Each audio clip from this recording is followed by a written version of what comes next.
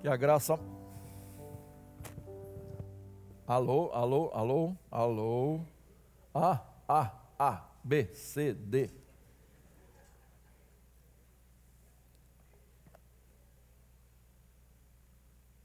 Deus abençoe você e sua família. Muito bom estarmos juntos aqui para louvar e engrandecer o Senhor. Nosso abraço a quem está nos acompanhando também, de casa, de outros lugares, através da internet. Abra a palavra do Senhor na primeira epístola do apóstolo Pedro, capítulo 5. Há um finalzinho. O apóstolo Pedro vai encerrando essa primeira epístola e vai fazer recomendações importantíssimas. Capítulo 5, verso 8 e 9, por favor, por enquanto.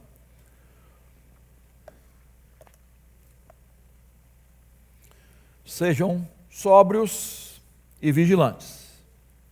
O inimigo de vocês, o diabo, anda em derredor, como leão que ruge, procurando alguém para devorar.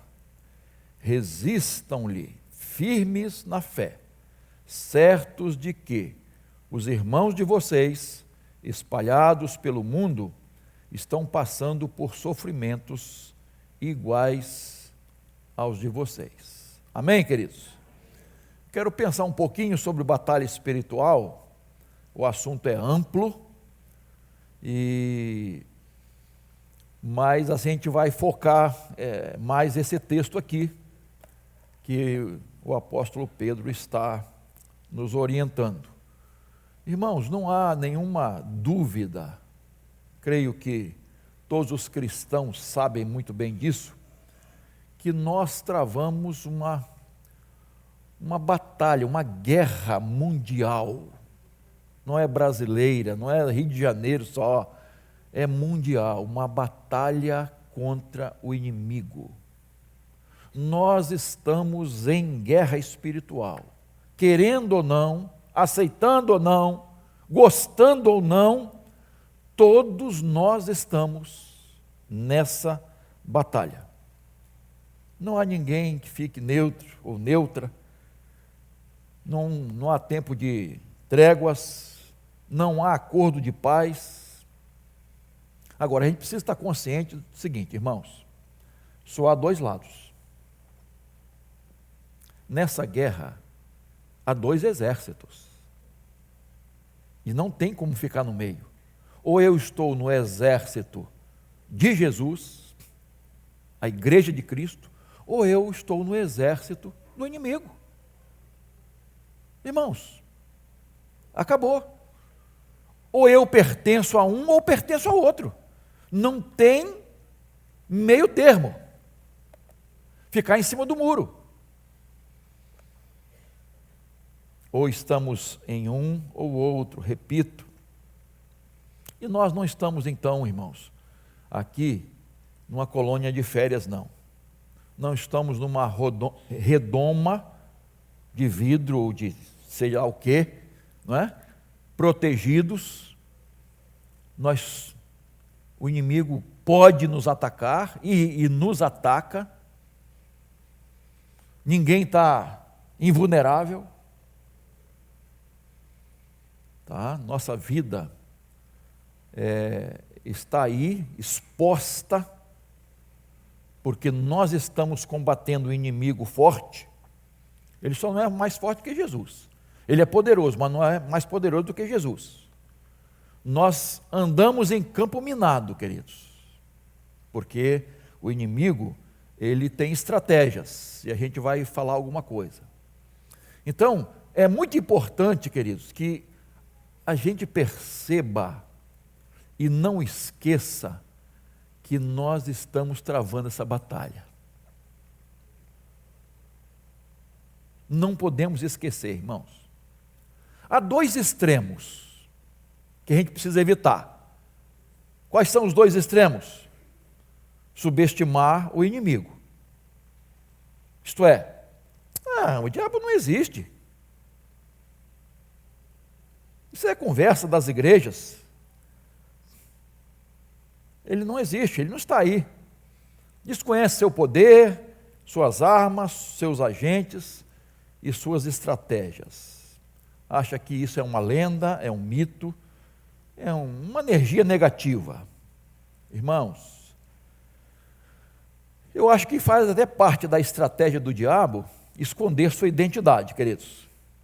E eu penso que a negação do diabo não deixa de ser uma expressão do satanismo. E o outro extremo é superestimar o diabo, só falar nele. Tem igrejas que gastam o tempo todo do culto falando no diabo, dando até o microfone ao diabo, irmãos. Que tristeza, irmãos, eu acho isso ridículo. Perdem tempo, vamos dizer assim, precioso de estar adorando a Deus, de estar cultuando a Deus, exaltando o nome de Deus, e com coisas que, e às vezes, essa questão de batalha espiritual, tem gente que viaja, irmãos, viaja tanto, meus queridos. Então, nem tudo é o diabo que está fazendo, irmãos. Eu sei que ele está por trás de tudo, não é? Ele é inimigo, o maior inimigo, o arqui-inimigo, claro, mas, o pneu furou do carro, foi o diabo. Comi feijoada, estou com dor de barriga, é o diabo. Não, é glutonaria, comeu demais, né? Então tudo é o diabo. Tem uma expressão de um pastor contou de uma irmã, que falou assim: pastor, ora pelo meu marido, porque um espírito de adultério possuiu ele. Aí o pastor: minha irmã, não foi espírito de adultério não, minha irmã. Ele tem que ter vergonha na cara e lutar contra a carne. Isso é obra da carne, ele tem que lutar contra a obra da carne. Então não adianta ficar culpando tudo o diabo, que não é por aí. Por quê? Quando eu culpo o diabo, irmãos, eu tiro a minha responsabilidade pessoal. Foi ele que me induziu, né? E às vezes uma pessoa comete um crime, dizendo: não, eu ouvi uma voz, e pode ter ouvido mesmo, eu até creio, né? Que faz isso, mata, e não sei o quê, faz um monte de coisa.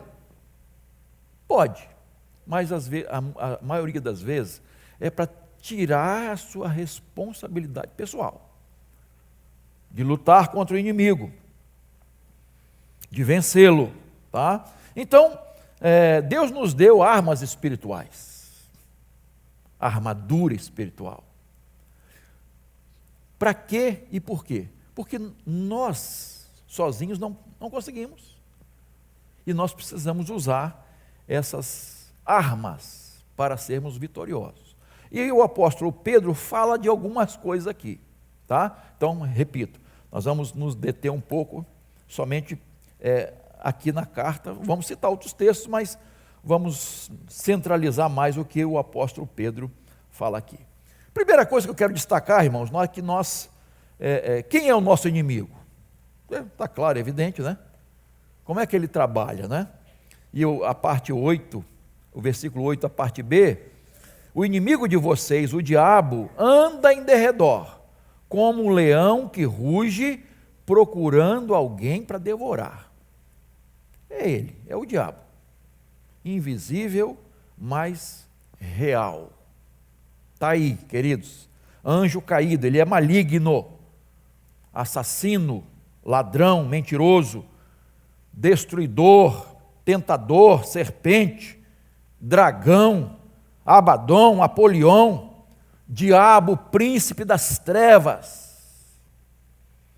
Vivemos num mundo tenebroso, irmãos. Tem um livro até escrito com esse tema. A nossa luta é contra Satanás e seus agentes.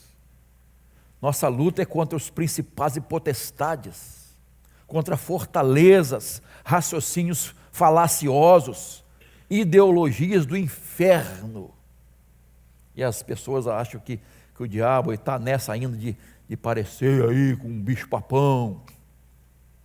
Ele sabe agir, irmãos. Ele sabe agir. O diabo não é bobo não, queridos. O diabo não é bobo não. Então, ele usa as situações e pessoas que a gente menos imagina. Ele está trabalhando e às vezes até achando que não tem nada a ver. Não tem nada a ver. Ele usa um desenho animado para induzir as crianças a praticarem atos violentos. Olha só, irmãos. Algo que nem parece, né, tão inofensivo, mas ele está induzindo a achar que das trevas pode vir uma coisa boa, que o diabo não é tão ruim assim não. E ele vai andando por aí, não é? Olha só o que o texto está dizendo. Primeira coisa que eu quero destacar aqui, como ele age. O diabo espreita, ele anda em derredor. Anda em derredor. E você conhece muito bem Jó, capítulo 1, 7 e 2, que ele, quando Deus diz, então de onde vieste? Ele diz o quê? De rodear e passear pela terra. Você acha que ele está fazendo o quê, irmãos? Admirando a natureza criada por Deus? Louvando a Deus pelas matas, pelos rios, pelos animais, pelos pássaros. Você acha que ele está fazendo isso? Você acha que ele está rodeando a terra, passeando pela terra, para quê? Ele está observando as pessoas. Ele está nos observando. Ele não está olhando para a natureza não, irmãos. O diabo estava vendo, observando, espreitando a vida de quem? De Jó. Incomodado com a felicidade de Jó, incomodado com o temor de Jó, sua vida justa. E eu fico imaginando quantas vezes o diabo tentou uma brecha para atingir Jó. O texto não diz, tá? Estou dizendo eu fico imaginando quantas vezes ele tentou fazer isso. Ele tenta uma brecha na nossa vida, irmãos. Distrações, falta de vigilância, daqui a pouquinho vamos falar mais. Irmãos, o diabo é incansável. Ele não tira férias, não tira folga. Ele está aí, ó, andando em derredor, observando, preparando armadilhas, preparando laços, preparando arapucas. Efésios 6:11 diz assim: vistam-se com toda a armadura de Deus, para poderem ficar firmes contra as, o quê? Ciladas do diabo. A palavra cilada, que aqui no original, é metodeia. A ideia de método, esquema, de plano, estratégia. Essa é a ideia. Cilada é estratégia. O diabo é estratégico. Ele sabe o que nos atinge, irmãos. Ele sabe as nossas fraquezas. Ele sabe das nossas virtudes. E ele tem estratégias para nos atingir. Ele conhece você, sua família. E cada pessoa ele tem uma estratégia, irmãos. Algumas coisas ele até repete, mas ele é versátil. Olha só, quando você para lá em Gênesis e vê como ele agiu, olha só que estratégia ele usou, porque a serpente hoje, a gente tem, né? Ojeriza, tem medo, pavor, mas aquela serpente bonita,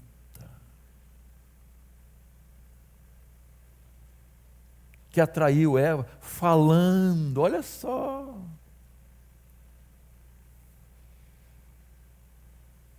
e seduziu Eva.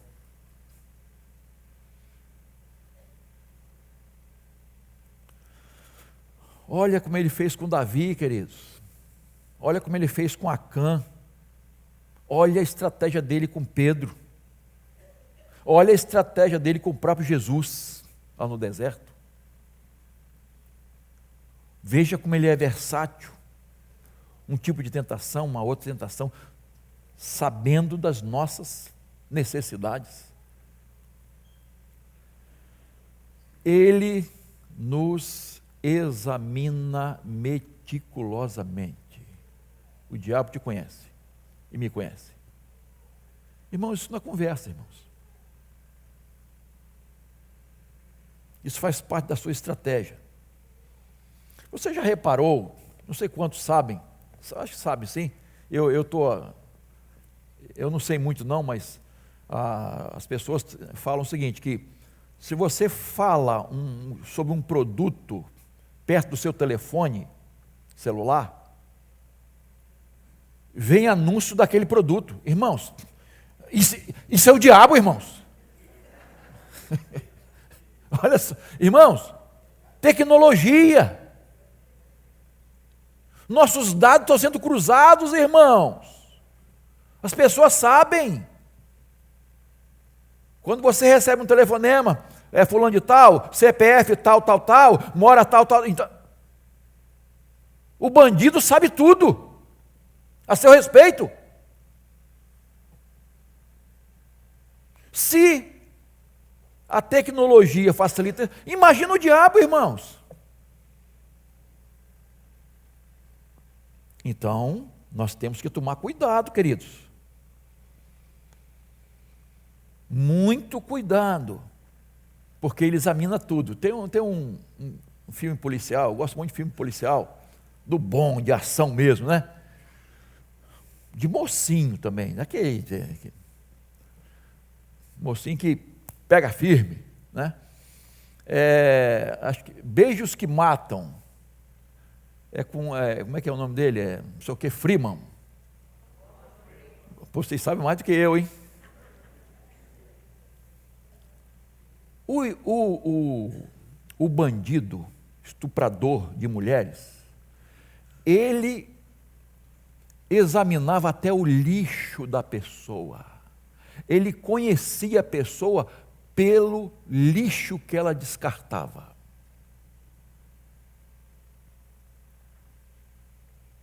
Irmãos, o diabo examina tudo, queridos. Ele faz muito melhor. E ele sabe aquilo que nos atinge. E ele sabe quando estamos fracos em determinadas situações que nós ficamos fragilizados. Ele vai e toca naquele ponto para nos atingir, queridos. Então, olha, o texto diz: vistam-se de toda a armadura de Deus para poderem ficar firmes contra as ciladas do diabo. Mais uma vez, meu irmão, minha irmã, você está na mira do diabo. O seu casamento, o seu lar, seus filhos estão na mira de Satanás. Por isso que é importante, irmãos, uma vida consagrada a Deus, fiel, de oração, de comunhão com o Senhor, para não cair nessas armadilhas, porque Ele quer nos atingir mortalmente. Ele quer fazer com que desanimemos na vida cristã, fiquemos escandalizados, fragilizados, quer nos fazer desistir. Sempre surge uma coisa, uma outra, já reparou? Uma decepção aqui, uma coisa ali, e isso tenta nos atingir, nos atinge. E se a gente mostrar fraqueza, aí não tem jeito. Não podemos ser fracos, sonolentos, distraídos. Tem que estar ligado. Está ligado? Todo mundo está lembrando, está ligado. Tem que estar ligado, meu irmão, ligado o tempo todo. Esse é o nosso problema, irmãos. Nós não estamos o tempo todo ligados. vigilantes. A gente se distrai muito.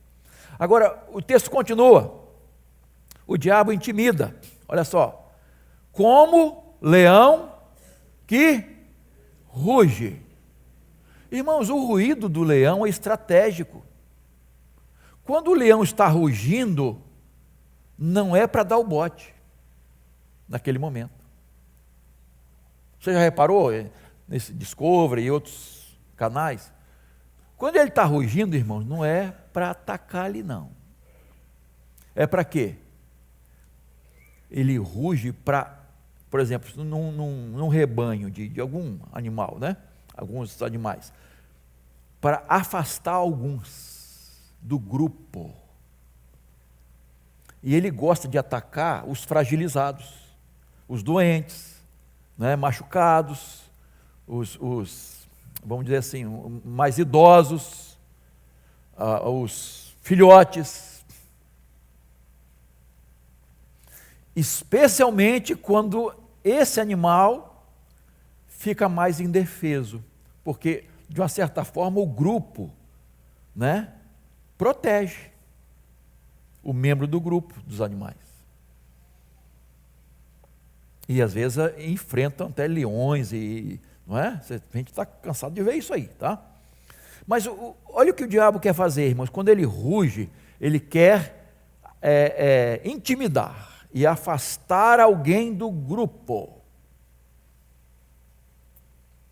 E isso, irmãos, tem acontecido muito na vida da igreja, dos cristãos, que ficam afastados da igreja. Irmãos, a igreja salva, irmãos? A igreja salva? Mas a igreja prega quem salva. Os salvos estão reunidos. E a igreja foi instituída pelo Salvador. Não é à toa. E a palavra de Deus nos manda nos reunir. Estar reunidos, estar em comunhão. Estar juntos uns com os outros. Mas às vezes, irmãos, por vários motivos, as pessoas se afastam. Decepções, pecados que ela comete, ela fica sem jeito, envergonhada, se decepcionou com um ou com outro, escândalos, fofoca. Sabia que tem muitas pessoas se afastam da igreja por causa de fofoca, irmãos? É triste isso, irmãos. Triste demais. Fofoquinha dentro da igreja não cabe. Maledicência. Tem gente que gosta de disseminar isso, queridos.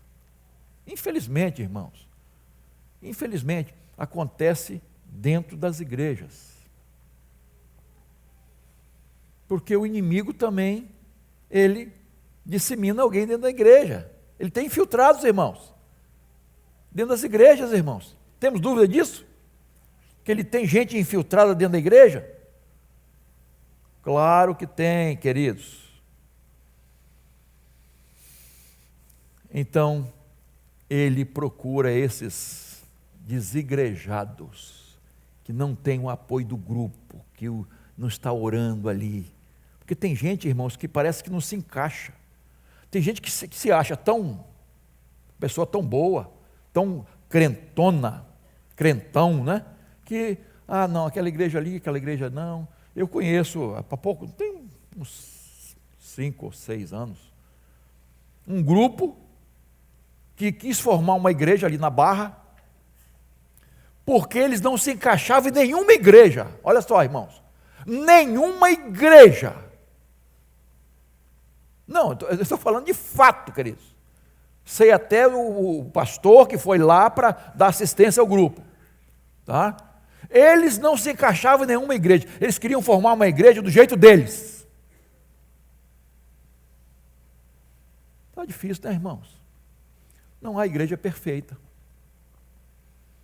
E quem se acha melhor, se encontrar uma perfeita, não deve ir para ela, né? Senão estraga. Senão estraga. Nós somos imperfeitos, irmãos. e procuramos santificar cada vez mais a nossa vida, buscando o Senhor. A igreja primitiva é uma igreja modelo, irmãos. Os irmãos viviam em oração, em comunhão, perseverança, não é? Ajudando uns aos outros. Tem gente que vendia até propriedade para socorrer, enfim, uma perseverança maravilhosa. Mas tinha pecado dentro da igreja, irmãos. Houve escândalo dentro da igreja, irmãos. Houve decepções. Nessa igreja que nós entendemos como modelo. Não se isole, porque essa é uma estratégia de Satanás. Hebreus 10, 25. Não deixando a nossa congregação, como é costume de alguns. Não deixa a sua congregação não, meu irmão. Se reúna. Eu até respeito, né? Se a pessoa não está satisfeita com a igreja, com a liderança da igreja, ela, enfim, vai para outra. Tudo bem, não tem problema. Mas não se sinta melhor do que os outros. Tem que ouvir a palavra de Deus, tem que estar em comunhão. Se for para outra, é para estar em comunhão, é para estar trabalhando, é para estar envolvida, é ter responsabilidade na obra de Deus. Claro, irmãos, isso faz parte. A gente recebe e membros de outras igrejas e transfere membros para outras igrejas. Isso é um processo natural, né? Então, tudo bem, até o ponto de que eu não sou melhor, eu não sou bom, tá, irmãos? A gente tem que se adequar e tem que usar sabedoria, porque hoje, irmãos, no meio evangélico, irmão, está triste.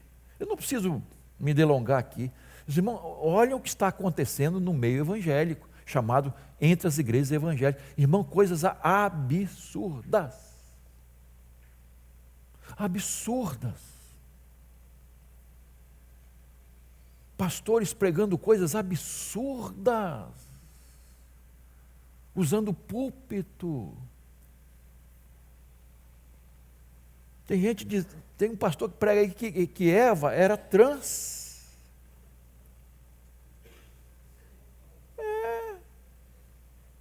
Irmãos, vem de pregar a palavra de Deus, irmão. Pega a palavra, meu irmão. Tá?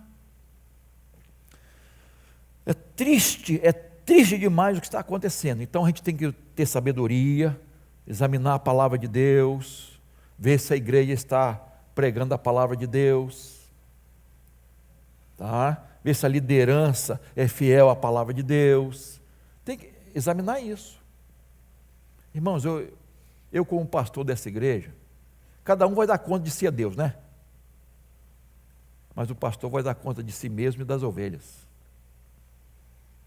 E ai de mim se fugir dessa palavra, irmãos. Ai de mim. Porque Deus vai cobrar mais dos líderes, daqueles que ensinam. O juízo vai ser maior. Seguindo aí o texto, o diabo devora, olha, procurando alguém para devorar. O diabo não está brincando não, irmãos. Ele é homicida, ele é assassino. Ele visa crianças, juniores, adolescentes, jovens, adultos, anciãos. Ele é implacável, sanguinário. Pensa em uma pessoa, um espírito implacável, sanguinário, assassino, é o diabo. Isso não é conversa, irmãos. Não é lenda. Não é lenda. Ele está agindo. É o espírito das trevas, procurando aquelas pessoas que não estão firmes na palavra de Deus.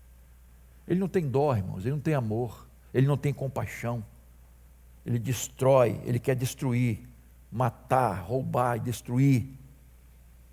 É isso que ele quer fazer. E por isso a gente precisa estar vigilantes, queridos, olhando para Deus, para a palavra do Senhor e cuidando da nossa vida espiritual cada dia e cuidando da nossa família. Em segundo lugar, como vencer o inimigo? O apóstolo Pedro vai falar sobre isso. E ele começa no versículo 8, dizendo assim: sejam sóbrios e vigilantes. Então, primeira coisa, sóbrios. No versículo 9, diz assim: resistam-lhe firmemente na fé, certos de que os irmãos de vocês estão passando por sofrimentos iguais aos de vocês. Então, o apóstolo Pedro fala aqui de 4 armas nessa luta espiritual. A primeira, sobriedade. Sejam sóbrios, tenham equilíbrio, domínio próprio, não perca o controle, não perca a estribeira, não perca a lucidez, porque quando nós estamos fora de si, vamos dizer assim, não é? Perdendo o domínio próprio, o diabo tem brecha.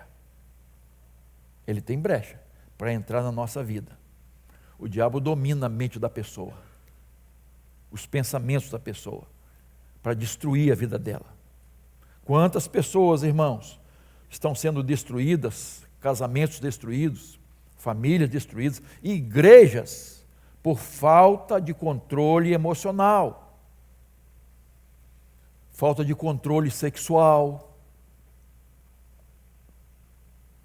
Tem, meu irmão, controle financeiro, descontrole em bebida alcoólica. Quantos lares destruídos por causa de bebida alcoólica, irmãos? Eu venho de uma família de um pai alcoólatra. Que tristeza, irmãos. Que tristeza. A gente se escondia embaixo da cama quando meu pai chegava de tarde, de noitinha. 9 filhos. Sabe quando chega, você acende a luz assim de um lugar que está cheio de barata? Ou de ratos? Era assim quando ele chegava. Todo mundo se escondendo. Minha mãe não tinha que se esconder. Não tinha que se esconder. Alguém tinha que ficar. E às vezes ele trazia peixe, gostava muito de peixe espada. Trazia, faz aí uma moqueca. Na hora. Minha mãe já estava descansando, cuidando de 9 filhos. Olha só. Mas, e ai dela, se falasse alguma coisa.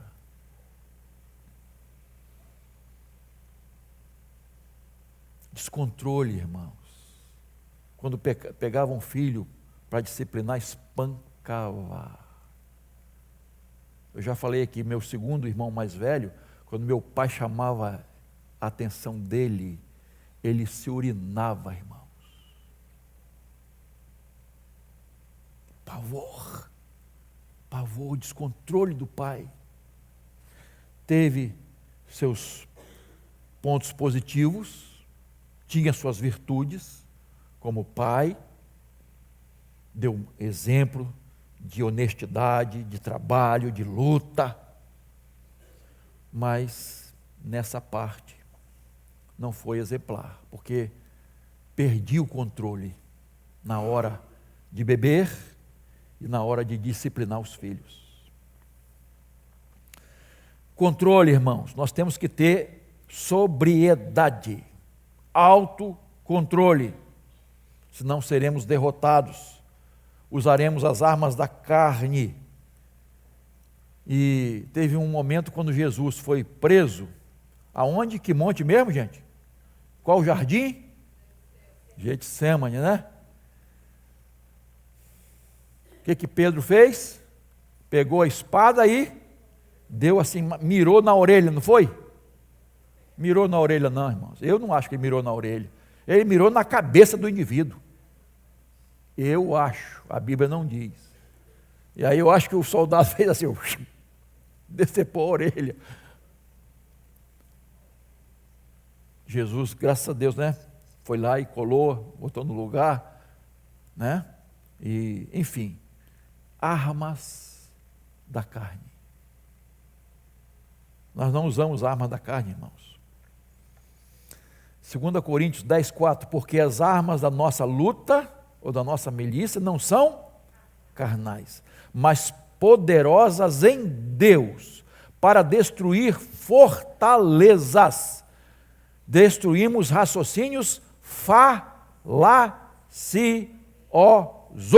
Em algumas traduções, sofismas. Queridos, nossas armas, Deus deixou para nós. A nossa maior arma é a palavra de Deus, a oração, queridos. A oração, a verdade do Evangelho, né? Nós temos aí a armadura de Deus, que Paulo diz. Então, essas são as nossas armas.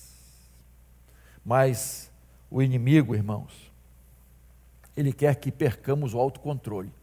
Você já reparou que numa disputa de campeonato ou de uma luta, MMA, ou como é que eles chamam de... tentam desestabilizar o outro para perder o controle emocional, né? Por exemplo, na pesagem, já viu como um ofende o outro e tal, e nas entrevistas ofende e tal, para quê? Desestabilizar a pessoa, desestabilizar, desconcentrar a pessoa, o oponente. Irmãos, quando nós perdemos o autocontrole, a temperança, o domínio próprio, nós abrimos uma brecha para o inimigo, para ele nos atacar. Então, olha só que o apóstolo Pedro diz: sobriedade, sejam sóbrios. E a segunda coisa que ele diz é vigilância. Sejam sóbrios e vigilantes. Vigilantes é o quê? Olhos abertos. Não dormir espiritualmente, não cochilar, não adormecer. O profeta Ezequiel foi chamado como o quê? Depois dessa cola, né? Atalaia de Deus, né? Você vai ser um atalaia, porque você vai avisar do perigo. Você vai ficar lá naquele lugar estratégico para ter a visão. Quando o inimigo, você vai avisar, preparar. Então, você é atalaia. Irmãos, nós temos que ser atalaias, ser vigilantes, porque o inimigo está usando muitas coisas, pessoas, pensamentos, mídia, governos, e enfim, políticos, autoridades, artistas, pessoas importantes. Ele usa, irmãos, para quê? Influenciar. Existem os influenciadores digitais. Que tristeza, né, irmãos? Sei quantos seguidores de gente que não presta, gente que não tem nenhum exemplo, pelo contrário, tem só coisas negativas, e são influenciadores digitais. Estão educando crianças. Triste demais. É por isso que nós precisamos ser vigilantes. Vigilantes, irmãos. Eu gosto da experiência de Neemias, que foi governador, né? Ele foi chamado para quê, irmãos? Reconstruir os muros de Jerusalém. Mas não só, mas reconstruir a unidade do povo de Deus. Unir o povo de Deus. E eu gosto da estratégia dele, porque ele é exemplo, talvez melhor, de administração. Ele deixava uma parte do exército com armas e outra parte trabalhando. A pessoa não ficava... Estou trabalhando, mas não está... alguém está vigiando. Alguém está vigiando. Então tem que trabalhar e vigiar, para ninguém ser pego de surpresa, né? Tem gente, às vezes, na igreja trabalhando, e muitos outros estão dormindo. Cada um sabe de si. Nós temos que estar vigilantes, irmãos. Vigilantes, alertas, essa é a ideia. Alertas, prontidão. Um soldado que está de guarda, né? um funcionário que está de guarda, vigilante, ele não pode dormir, irmãos. Já viu que tem funcionário vigilante que tem uma cama no trabalho? Ele tem uma cama, irmãos. Para que se ele vai trabalhar vigilante? Ah, queridos, quando Jesus proferiu o sermão profético lá em Mateus, ele fala muito de vigilância, de prontidão. E um dos exemplos que ele dá é de Noé. As pessoas na época de Noé estavam distraídas, tal, fazendo isso, correndo para cá, para lá e tal, e nem se importando com a vida espiritual. Noé ficou pregando anos e anos e anos e anos e décadas, mas ninguém ouviu, ninguém deu atenção. Graças a Deus que a família deu, né? Ele fez um grande feito, colocou sua família dentro da arca. Essa é a nossa primeira tarefa, irmãos, primeira missão, nossa família dentro da arca de Deus, na igreja de Jesus. Porque quando a porta se fechar, irmãos, quando a porta se fechar, acabou. Acabaram-se as oportunidades. Por isso ele está dizendo, fiquem alertas. Jesus disse, vigiai e orai para que não caia em tentação, porque o espírito está pronto, mas a carne é fraca. O diabo está tentando nos destruir, nos desviar, nos fazer dormir. E eu gosto que é Pedro que está dizendo isso, irmãos, porque Pedro está falando de experiência própria. Não é? Ele está falando de experiência própria. Ele usou a espada. Pedro se achou melhor do que os outros, se encheu de orgulho, de arrogância, qualquer um menos eu. Ele seguiu Jesus de longe, quando foi preso. Quando Jesus foi preso, e ele negou a Jesus 3 vezes. Então Pedro está falando de vigilância por experiência própria. Eu muitas vezes não vigiei. Então, meus irmãos, vigiem. Vigiem. Não se deixe levar pela carne, pelos falatórios, pelas influências negativas, pela turma, pelas normas e princípios, quer dizer, falta de valores, nem são valores, né? Que o mundo adota, a inversão de valores que o mundo adota. Vigiem. E o próprio Pedro teve que ouvir de Jesus uma palavra dura. Qual foi? Para trás de mim, olha só, que me serve de escândalo. Satanás, que estava influenciando o pensamento de Pedro. Ele não abriu mão de Pedro, mas repreendeu Satanás. Então, quando a gente menos espera, irmãos, nós somos influenciados por uma artimanha do inimigo. Uma artimanha do inimigo. Por isso, sejam sóbrios e vigilantes. Aí tem um irmão que diz, vigia, irmão. Não tem isso? Nós temos que vigiar. Terceira arma, rapidamente. Verso 9a. Resistam-lhe, o quê? Firmes na fé. E aqui está uma arma poderosa. A firmeza na fé.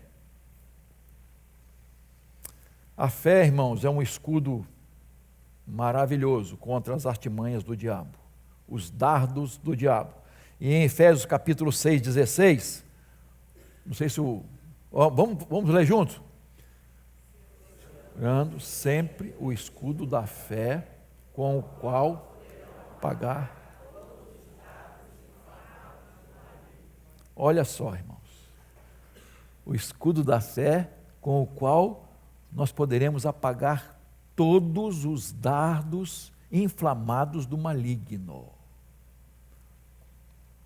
Esse escudo que Pedro está se referindo era um escudo grande. Existia um escudo pequeno, mas ele está se referindo a um escudo grande que tinha 1,60 m, de 70 de largura. E ele protegia praticamente todo o corpo do soldado. Então Pedro está dizendo assim, olha, vocês com esse escudo, vocês estão protegidos. Todo o corpo de vocês vai estar protegido. Era um escudo feito de madeira, mas revestido com couro, um couro curtido. E os dardos inflamados, a ideia de incendiários. É essa a ideia. Eram flechas incendiárias. Então, esse escudo protegia. E o inimigo, irmãos, está mirando o nosso coração, nossa mente. Ele dissemina mentiras, pensamentos maliciosos, vingança em nosso coração, dúvidas, desejos sexuais, cobiça, vaidade, orgulho, inveja, incredulidade. Ele vai disseminando isso. Nós estamos sujeitos a esses sentimentos e pensamentos. Tiago está muito junto com Pedro quando ele diz assim, capítulo 4, verso 7. Portanto, sujeitem-se a Deus, mas resistam ao diabo e ele fugirá de vocês. Resistam. Resistência. Mas olha, é importante que nós entendamos o seguinte, ele diz assim, primeiro, sujeitem-se a Deus. Primeiro, curvem-se a Deus. As Déboras têm um lema, mães, aqui é assim, Tiago está dizendo assim, ó, curvem-se diante de Deus e estejam firmes diante do inimigo. Estejam preparados. Primeiro curve-se diante de Deus, primeiro submeta-se a Deus, porque sem isso nós não vamos conseguir, irmãos. Então nós precisamos estar firmados na fé, pela palavra de Deus, firmados na palavra de Deus, numa interpretação correta, irmãos. Tem muita gente, desculpa a expressão, falando besteiras, abobrinhas. Desculpa a abobrinha, porque a abobrinha é gostosa para chu, né? Então, mas falando assim, irmãos, às vezes é inacreditável que a pessoa pegue um texto da Bíblia e faça uma interpretação completamente fantasiosa. E pior, às vezes faz uma aplicação pior ainda. Triste demais. Nossa fé é na palavra. Nossa fé é nas promessas de Deus, no poder, na presença do Senhor. E assim, irmãos, nós sairemos vencedores dessa batalha. E o apóstolo, então, o apóstolo João, ele fala de 3 inimigos, você lembra? O diabo, o mundo e a carne. O apóstolo João fala desses 3 inimigos. E lá em 1 João 5,4, ele diz assim, porque todo o que é nascido de Deus vence o mundo. E essa é a vitória que vence o mundo, a nossa fé. A nossa fé é que vence o mundo. Irmão, fé depositada no Senhor é a arma poderosa para vencermos o inimigo. Fé. Nós temos que viver pela fé, irmãos, não por aquilo que vemos, não por aquilo que ouvimos, não por aquilo que sentimos, não pelas circunstâncias, favoráveis ou não. Eu gosto da experiência de Davi e Golias, você também gosta, porque ele usou como arma, ele não rejeitou as armas, a armadura de Samuel, né? Ah, bom. Ó, fica ligado aí. de Saul, o rei Saul, não conseguia nem segurar, é um menino, né? E ele tinha armas. Ele usou o quê? Uma funda e usou 5 pedras. Na verdade, ele usou uma só, né? Por que ele usou uma só e pegou 5? Porque o gigante tinha 4 irmãos.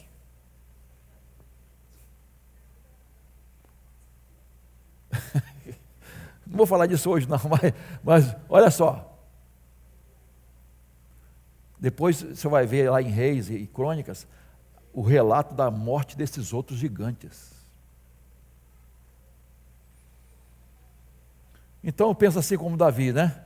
Eu vou usar uma para o Golias, mas se os irmãos dele ficarem enfurecidos, eu estou com uma pedra para cada um aqui, né? Ou ele podia pensar assim, eu posso errar.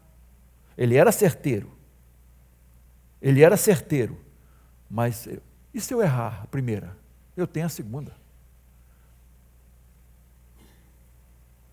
A fé não dispensa planejamento e prudência. A fé não dispensa a possibilidade que eu posso errar. Queridos, a maior arma de Davi não foi a funda e a pedra. A maior arma de Davi foi sua fé. Se você observar o relato do texto, você vai dizer, este homem tinha uma fé, esse menino tinha uma fé inabalável, que os outros não tinham. Por isso ele enfrentou. A sua maior arma, irmãos, era a fé. É a nossa fé que derruba gigantes. Está enfrentando gigantes? Dificuldades, lutas? Fé. Creia nas promessas de Deus. A fé que vai te fortalecer. E Pedro, ele continua dizendo, irmãos, algo interessante, né? Mesmo capítulo, verso 9, a parte B, ele diz assim, certos de que os irmãos de vocês, espalhados pelo mundo, estão passando por sofrimentos iguais aos de vocês. E o verso 10, e o Deus de toda a graça, que em Cristo os chamou à sua eterna glória, depois de vocês terem sofrido por um pouco, Ele mesmo irá aperfeiçoar, firmar, fortificar e fundamentar vocês. Eu vejo Pedro dizendo assim, estejam firmados na fé. E, em outras palavras, não deixe o sofrimento, as lutas, as dificuldades, as provações atrapalhar essa firmeza de vocês. Atrapalhar essa fé de vocês. Mas observe o resultado disso. Olha, irmãos, o que Deus, na sua onisciência, no seu poder, né, onipotência, Ele vai fazer através, se Ele permite o sofrimento, o que Ele vai fazer? Ele tem propósitos. Olha só, olha as palavras que Pedro usa: aperfeiçoar, firmar, fortificar, fundamentar. Olha as palavras, irmãos, que palavras maravilhosas. Isso são características de um vencedor. Cristãos vitoriosos, mais do que vencedores. Aperfeiçoar, repito, firmar, fortificar e fundamentar. Invencíveis. Porque eu posso todas as coisas. E isso para a glória de Deus. Ele encerra, versículo 11, a Ele seja o domínio para sempre, amém. Ele está no controle, Ele está dominando tudo, Ele governa tudo, Ele está dirigindo nossa vida. Não pense, meu irmão, minha irmã, que por causa das suas dificuldades e lutas, o inimigo está tendo vantagem sobre sua vida. Não pense que você está sendo derrotado e derrotada por causa dos sofrimentos. por causa das lutas que você enfrenta. Ele não está em vantagem, porque Deus está no controle de tudo.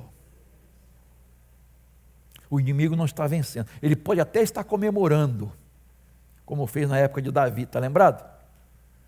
Estava até que invadiu lá. Qual foi a cidade, gente? Não, foi a outra. Alguém me lembra aí? Puxa vida, cadê os meus ajudantes? Não anotei no meu esboço, é que isso que dá, tá vendo? Então, vou lembrar. O inimigo invadiu, os homens estavam em guerra. Ziclac. E foram lá invadir, queimou tudo. Levaram as esposas, os filhos, levaram tudo. E aí, foram embora. Estavam fazendo o quê? Em festa, comemorando. Mas Davi, mesmo sendo perseguido, no momento até quis ser, tentaram até apedrejar Davi, por causa da liderança dele, né? Aí ele busca o Senhor. Senhor, o que eu devo fazer? Olha só. Não era lógico, evidente? Você ia atrás do inimigo que levou sua esposa, seus filhos. Não era lógico, evidente? Ele ora, ele se fortalece. Primeiro eles choram, né? Até não aguenta mais. Se fortalece no Senhor. Ora. Devo? Claro que deve. Pode ir. Vai com a minha bênção. Vai com a minha vitória. Vai com essa fé. E restituíram tudo. Deus restituiu tudo. Recuperaram tudo o que o inimigo tinha levado. Então não pense que o inimigo está lá, já está contando vitória, está celebrando. Você pode até achar, ganhou, não tem mais jeito. Não. Coloque o seu joelho em terra, meu irmão. Coloque a boca no pó, meu irmão. E você vai ver que há esperança. O inimigo não vai te derrotar. O inimigo não vai levar seus filhos para o mundo. O inimigo não vai destruir sua vida, sua família. O inimigo não vai destruir nossos filhos. Porque cremos no Senhor Todo-Poderoso. E a glória, toda a glória é dele. Para sempre e para sempre. Amém. Então estamos numa batalha, irmãos, querendo ou não, gostando ou não, estamos numa batalha. O inimigo está aí, espreitando, intimidando, devorando. Mas podemos vencê-lo. Podemos vencê-lo com sobriedade, sede sóbrios, com vigilância e pela fé. Você pode vencer o inimigo, porque quem te dá a vitória é o Senhor. Não é sua força, lembre-se disso. Não é sua capacidade, é a bênção que vem do Senhor. Amém? Deus abençoe cada um dos irmãos e irmãs. Amém. Vamos orar, queridos. Obrigado, Senhor, pela Tua palavra, que é viva e eficaz, que não volta vazia. Obrigado porque ela instrui nossa vida, ela nos sustenta, ela nos alimenta, ela nos faz preparados para enfrentar o mundo, a carne e o inimigo maior que é o diabo. Ajuda-nos, Senhor, a vivenciar a Tua palavra, a pregar a Tua palavra, a ler a Tua palavra, a memorizar a Tua palavra, a praticar a Tua palavra, Senhor. Ó Deus de amor, ajuda-nos a andar confiantes no Senhor Jesus, olhando sempre para Jesus, autor e consumador da nossa fé. Obrigado, Pai, ajuda-nos, abençoa cada lar, cada família, abençoa cada crente, ó Deus de amor. Obrigado por aqueles fiéis que sustentam a Tua obra através dos dízimos e ofertas, que embora tanta gente falando besteira por aí, esses irmãos e irmãs creem no que a Tua palavra diz e são fiéis ao Senhor, confiam que o sustento vem do Senhor, que o Senhor supre todas as nossas necessidades. Obrigado por essa certeza, Senhor. Obrigado por esses fiéis que, em obediência, gratidão, estão aqui sustentando a tua obra. Abençoa a família de cada um, Senhor. Abençoa os aniversariantes dessa semana também, tanto os casais como os irmãos e irmãs, que a tua bênção estejam sobre eles, Pai Santo. Muito obrigado, Pai, por todas as bênçãos. Obrigado porque servimos ao Deus Todo-Poderoso, que cuida de nós, que está vigilante, que nem pisca, guardando a nossa vida do mal e do inimigo. Assim oramos agradecidos em nome de Jesus. Amém.